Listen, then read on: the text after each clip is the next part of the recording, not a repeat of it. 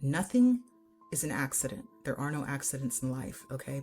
So when I was just working as a cashier, I noticed that many of the IDs that I checked and many of the like total amounts, like period, on my cash register, it was 1977 all the time. 1977, 1977 every time. And I'm like, why is it keep saying, 1977, like everywhere? Like, and then I'm going through life and basically I realized why it says 1977 everywhere, because that's the year the Juvenile Court Act was enacted in the state of Washington. That is the year that started what my life would basically be wrapped around. These laws that are being misapplied, the Juvenile Court Act being applied to children that are not abandoned, and these judges are doing it in a corrupt way and in like a trickery type way. And it's like, I started to sue for this a long time ago, but the district court judges are just as corrupt as the state court judges, so it's pointless. But the one thing they cannot stop me from doing is telling the world what they're doing, okay? So that's what I'm here to do. I'm here to tell on them, okay? So the Supreme Court judges are applying the Juvenile Court Act to children that were never abandoned.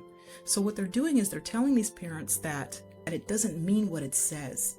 What it means is, it means that the child doesn't have parents, meaning you're not good enough to be the parent. That's what they're telling these parents, right? And the parents are believing them. So you can't change the meaning of the law, okay? It is what it is, okay? And it has to be simple. It can't be complicated. So, but what they're doing, and I'll show you how, but basically they're allowed to, and they've created this entire like huge empire of dependency, they call it. They call it dependency too. How dumb is that? You should have changed the name. Basically, you're calling it what it is. It is a dependency, meaning your child is dependent on the state.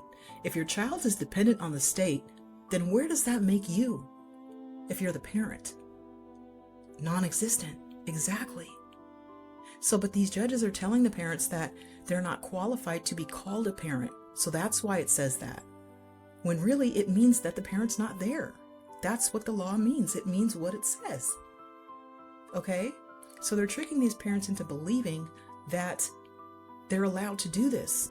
RCW 1334030, it has a section of like the definition of a dependent child, okay? There are two separate chapters. One defines an abused or neglected child, and one defines an abandoned child. These have to be separate chapters because one is just for like the investigation of child abuse, and the other is for adoption. That's what the chapter of law is made for. It's made to terminate the rights of a parent and adopt off their children. That's what these laws were made for, and they're using them for like tricking parents into believing that they can actually earn their children back into their custody, when this is not true, because they have added words to the law in order to do this, okay? They have added the word or, that one single word or. When they add this word or to that law, it changes the entire section of law altogether, okay? Then it makes it into, if there were an or right there under RCW 133403006, B, if there was an or after B, or if there was an or after A, basically it would change the entire meaning of that section of laws altogether. But there's not an or there. And since there's not an or there, that means that those laws are applied together, period. And if those laws are applied together, then that means your child has to be abandoned in order for CPS to take it into their home, their foster homes, period. So, and that's the ultimate answer to all of the problems in their life, okay? They need to stop misapplying the laws, because they've been doing this for a long time. And why it's a big deal is because they're having trials, okay? In trial court is what they call it. Well, they call it trial court anyway, but they're having trials in superior court against parents as defendants in juvenile dependency. And they're not supposed to do that, because the parent is not the defendant. The parent is just a parent of a juvenile, right? They're not defendants. The juvenile is the defendant because they're the delinquent, right? Right, okay. So, and that's why, it's the child's best interest and all that, because the parent has no rights as just the parent of a juvenile. No parent does. When have you ever seen a parent be able to make decisions when it comes to a juvenile's court case? They can't. A juvenile is a person old enough to be arrested. So if they're old enough to be arrested, then they're old enough to make decisions on their own. Okay, they're abandoned. Okay, they used to call these dependent children wards of the state.